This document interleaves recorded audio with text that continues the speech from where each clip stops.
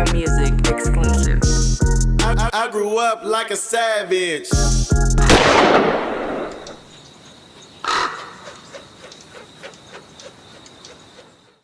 1, 2. You now rocking with the No Vultures podcast. You got me, myself, Lord Rab. You got OG Clee going on a vacation. Free OG Clee. Should be home in a minute.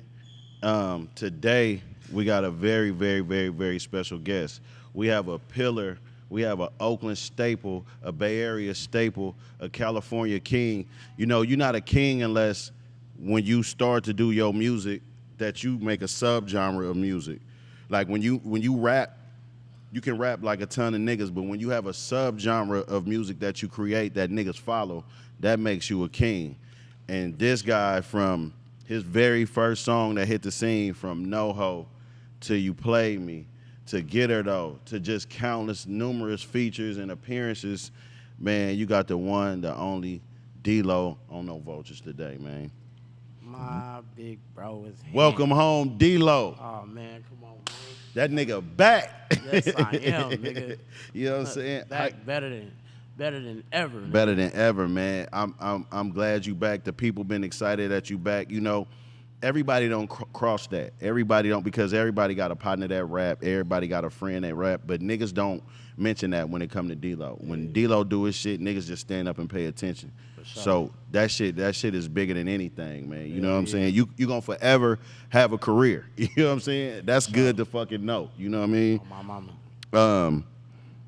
First things first is I want to shout out the sponsors. I want to shout out Highline Custom Jewelry, you know, the premier jeweler in the Bay Area, the first person to start the custom pieces after Spitz, the first person to do it, they had the machinery to do it, the first person to give you, and right now they guaranteeing prices. So anything you got, anything that you had made, bring it, show proof that you had made it, you're going to get it 30% cheaper. All you got to say is No Vultures, and we're going to be locked in. Another thing we trying to do is be responsible with our jewelry and ourselves and our bodies. Recipes to PNB Rock. For sure. You know, that was pretty fucked up, and you know, we know what comes along with this shit. We know what comes along with shining. Everybody just protect themselves. You feel me? Yeah, for real. Let me just ask you this real quick before we get into the interview. Just because you're a rap veteran, so give youngsters some tips on, like, when you got jewelry and shit, like how to move, not just because you got a gun, but just your movements overall. It's like, man, niggas gotta get their pride out the way. You know, you ain't gotta wear your jewelry everywhere. You ain't gotta feel like, oh, I ain't taking my chain off, cause nigga ain't gonna take my chain. And like, it's bigger than that. You feel me? It's way bigger than that. And it's like, man, it's niggas who ain't got shit to live for that'll do anything for that chain. And if you're a nigga that got something to live for, it's like, don't surround yourself in places where shit like that can happen.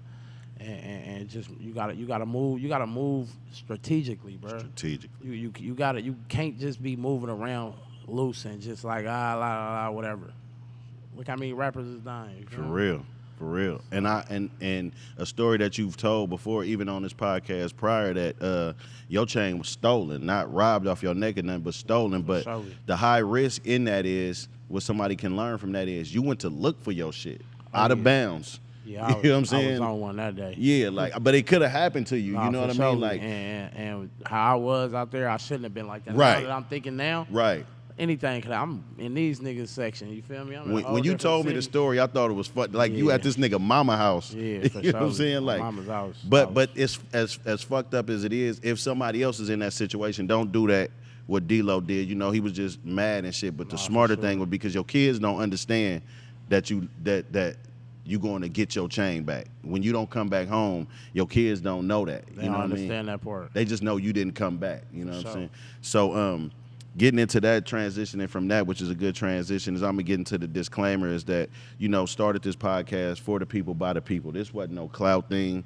This wasn't like, you know, D-Lo got a situation, so we want to report on the negativity. We highlighting your life, not just your career, your life, because as black people, we want to humanize on this show. Like, it ain't easy being a nigga.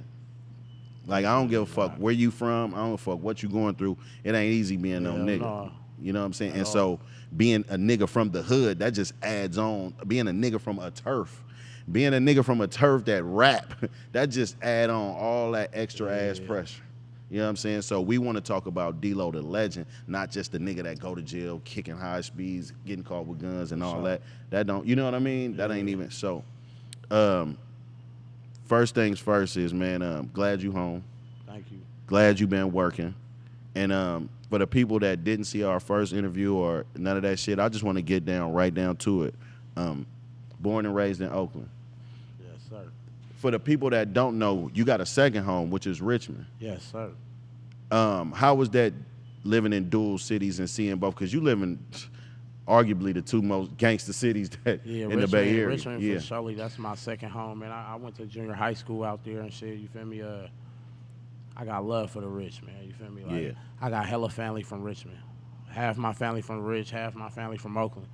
It was just like I said, that's my second home. I love the rich, you feel me? I know a million motherfuckers out what's there. the southern background? Because people come from the south. Mississippi, Alabama, Arkansas. Oh, okay, You feel me?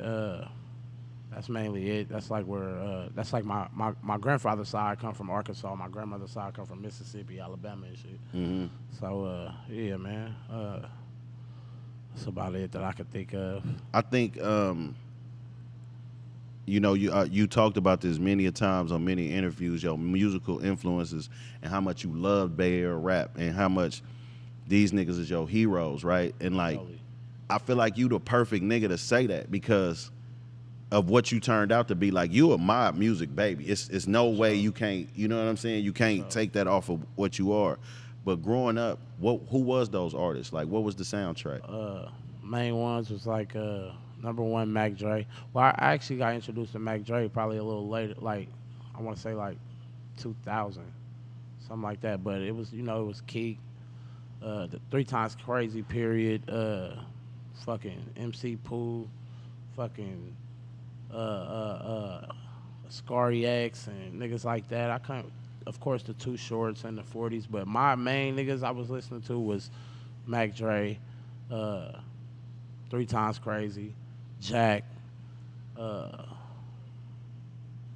was like mainly it. Mess for sure. Mess, that's my second favorite rapper. Yeah. So hella Mess, hella Jack, 3 Times, and Dre. That's dope, man, because I think it translates in your character and in your music. Like, your music got seasoning, you feel what I'm saying? Like, it ain't just bland. Some niggas be cookie cutter. And I can honestly say, you saying that right now, I can honestly say now, me listening to all that shit back then, like, built my mind for rap, and I didn't even know I was gonna rap then. You feel what I'm saying? It was just like I was so infatuated with Bay Area rap. Like, I wasn't a nigga listening to Tupac and Biggie and Jay-Z's and Nas and, like, of course, like, some of the songs, I know them. You feel me? Like, the main shit that niggas should know. You feel me? But as far as when I got CDs and when I had CDs, you not catching me with none of that. None of that shit. Catching me with all Bay shit. Literally all Bay shit. I might go to Sacramento, slap some Looney Coleon. Feel me? That was more in my ear. Shit like that. Yeah, but I'm a real Bay nigga for real. Like, I'm a real town nigga, but that Bay music, that's me. Yeah, you know me? Yeah. That shit probably just spoke to your life. I mean, it's like easy to recognize shit you hear, the lingo you picking up on. You like, man, these niggas talking to me. You know what I'm saying? Like, this shit meant for us. I know that you played sports when you was young, and you was a hoops. And by the way, let's just, speaking of this, we just gonna get right into this. This rude boy thing ain't no, like, this ain't fake. This nigga whole family, they dread it out. They believe in this culture. They believe in what they got going on. And for those that don't know, Sleepy D, the infamous Sleepy D, is your brother. Real blood brother. Yeah. A lot of people didn't know that for a minute. Yeah, and you know what you know. Yeah, you know. And that nigga, if you know, he's good at baseball. Definitely. You know what I'm saying? And you was a hooper. Who was your hooping inspirations? Iverson. Iverson, that's my favorite player. It was like T-Mac, Kobe, Vince, Carter, of course Jordan, but I liked it the underdog niggas like Iverson. Yeah. I liked it the hungry niggas that was actually really raw and right. it just wasn't good for him at the time because how the NBA was moving. Yeah, you feel me? yeah. I always tell nigga, Iverson went to the finals with Theo Ratliff. No disrespect to Man. Theo Ratliff. That nigga's in the NBA. And Eric Snow. And Eric Snow and McKee. And Larry Hughes, right? Yeah. Larry Hughes probably was my second favorite on the And team. Larry Hughes got up out of there early because, remember, he was kind of jealous of AI. He wanted to be Was AI. Dikembe still there when they went? No, huh? No. They had Theo Ratliff playing center. Yeah. And he was looking like a boy. But that's crazy. That's how you know Iverson was a different type of nigga playing with 50 injuries. 6 foot. Great, light in the ass, 160. You know what I'm saying? Even going to high school and playing, you played for San Lorenzo? And you played against Dame Lillard. How was that? Because I always tell people, my little brother played against Dame a lot, and Dame played the exact same that he do in the NBA as when he was a kid. For sure. He just wasn't. When I played against him, he wasn't tall yet. Yeah, he was small. We was probably like the same. We was damn near the same height around that time. He went to Arroyo then. Mm-hmm. And my nigga Mo, my brother Skrilla Mo, he was like, man, you finna play Houston brother today. Houston, my nigga, that's Dame brother. I'm like, I know. Shout out to Houston. Shout out Hugh, man. You know, I fucked him up. Yeah, yeah. You feel me? He was the fast as a motherfucker. And he could shoot his ass off. Yeah. But you know, I did my Dougie. You feel what I'm saying? And he'll remember that still to this day. Yeah. You know what's crazy about him too? Like, now that he in the league, and you know what stands out most is poise. Yeah. Because it was some niggas better than him. It was some Sure. niggas jumping out the gym with some niggas, but that nigga just was unbothered. He just was like a nigga meant to do this shit. You know what I'm saying? Yep. And he started doing what nobody could do other than Curry. Right. Yeah, that's crazy. Killer shit. When did I won't say your hoop dreams die, but when did that kind of be like, you know, that ain't your reality? Was you still thugging? Like, Yeah, that was the reason, my basketball career ended. I ended up going to juvenile hall. That's when I caught my strike that I got now. I got charged as an adult and shit for armed robbery and some other shit, you know, and that just ended high school for me, period. It was over after that. I was down for hella long. They charged me as an adult. I went to Santa Rita. Boom. Ended up doing my time or whatever and got out and then NoHo was popping. damn. So it was just like, basketball was my everything. Right. Rapping, I never thought I was gonna rap, ever. I never was like, yeah, nigga, I'm gonna be a rapper one day. Yeah. If it wasn't for NoHo, I'd have said this shit a million times. If it wasn't for NoHo, damn near wouldn't be rapping right now. Let's paint the picture of the process of making No Hoe, right? This is you and Merced, right? Yeah. Not by choice, but because of probation, right? Yeah, I was on the run. On the run. Yeah. Fruity Loops. This is what's popping. This is kind of new technology at the time. Yeah. Because the reason I want to paint this picture is because the songs we love from niggas, a lot of times, they made the music. Mm-hmm. Like, Too Short made Blowjob Betty and all that shit. All the songs, Freaky Tip, the shit we love, he actually punched out on his beat machine. No difference with you, you know what I'm saying? I never knew that. You never knew that? That nigga, it's a lot of niggas made their first beats. Yeah.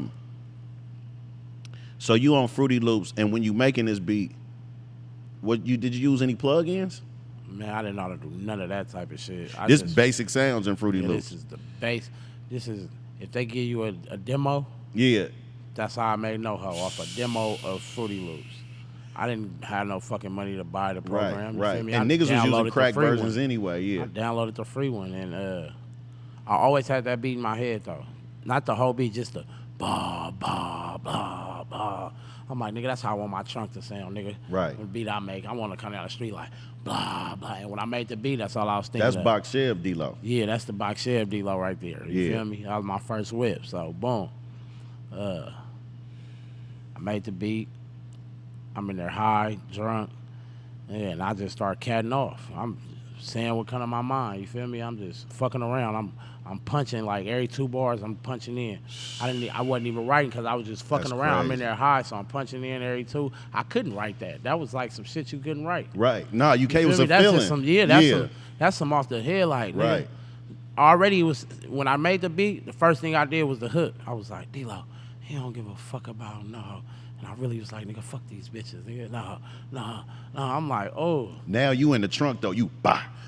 As you see, as I was recording it, my mind was thinking like, nigga, I want motherfuckers to scream this. I do that a lot still. Like, I be trying to think of certain shit and motherfuckers gonna yell and chant. Yeah. You feel what I'm saying? Yeah. So it's like, then it was just, I didn't even think it was gonna get to what it was. I would end up playing it for Sleep now. Sleep like, bro, this motherfucker slap. Him and my nigga Hungry. We all in the car. They like, bro, no, this motherfucker really slap hella hard. Yeah. So I put it on MySpace. MySpace had it to where you could go grab a song off somebody's page and put it on yours, to where as soon as somebody come to your page, a song play. Mm-hmm. And hella people start just grabbing NoHo. Everybody was grabbing it. And this before I ended up going down. So then I went down, and Sleepy was like, bro, they fucking with that shit out here right now. And this is just all on MySpace at this time. And I had hella CDs I was giving niggas and all that. So by the time I got out, I had my first show.